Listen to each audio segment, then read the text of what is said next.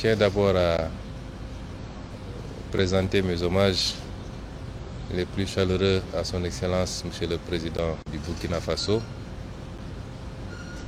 Monsieur le Président Ibrahim Traoré. Remercier Monsieur le Premier ministre et tout son gouvernement pour l'accueil chaleureux qui nous a été réservé depuis notre arrivée. Lui transmettre les salutations de tout le peuple sénégalais, à la tête duquel son Excellence Monsieur le Président Bassirou Diomaye Diakhar Faye, qui a bien voulu autoriser cette mission sur invitation de mon homologue du Burkina Faso pour deux objectifs. D'abord, une visite pour participer à la célébration d'un grand et digne fils de l'Afrique, d'un leader qui illumine depuis quelques décennies tous les combats patriotiques, panafricanistes et souverainistes du continent, c'est-à-dire le regretté président Thomas Sankara, qui sera célébré demain à travers l'inauguration du mausolée qui lui est dédié, mais également une visite de travail avec mon homologue du Burkina sur un certain nombre de thématiques de coopération entre nos deux pays. Et c'est dans ce cadre-là que nous avons eu l'honneur d'être reçus par Monsieur le Président du Burkina Faso, qui nous a accordé un long entretien pendant lequel nous avons pu passer en revue un certain nombre de problématiques.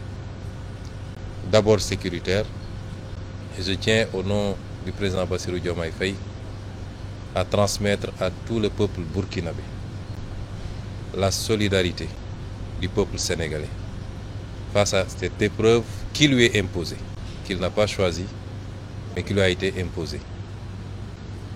Transmettre un message de soutien absolu au président Traoré, à tout son gouvernement et au peuple burkinabé dans sa lutte contre ce terrorisme qui lui a été imposé.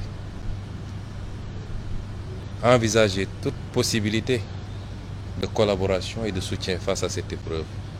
Parce qu'il est illusoire de penser que lorsque le Burkina ou le Mali ou le Niger subissent cette épreuve,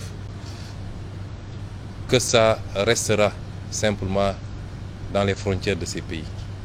Nous savons tous que nos destins sont liés par l'histoire et par la géographie.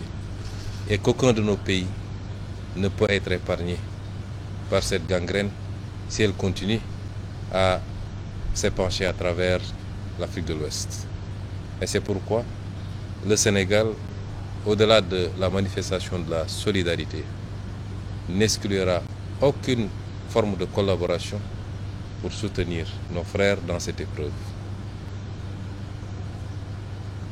Dans le cadre bilatéral également, envisager la poursuite de cette collaboration qui est très riche déjà d'une vingtaine d'accords entre nos deux pays, mais une vingtaine d'autres accords qui sont aujourd'hui en cours de discussion et qu'il faudrait rapidement finaliser pour pouvoir renforcer la collaboration bilatérale, mais également la collaboration multilatérale dans le cadre de l'espace que nous partageons en commun.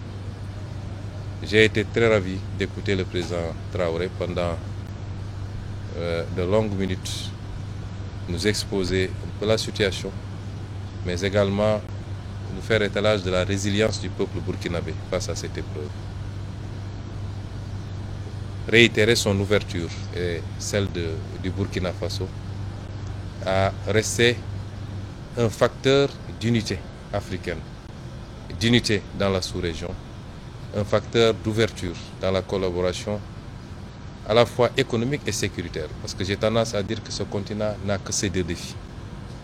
Et tout ce que nous devons faire doit tourner autour de cela.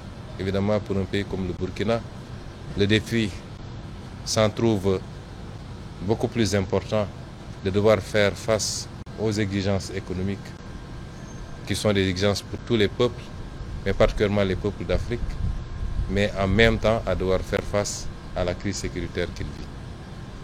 Ce qui est important, c'est l'ouverture que nous avons sentie, la disponibilité, Nous ne sommes plus dans un monde fermé, a fortiori dans une sous-région.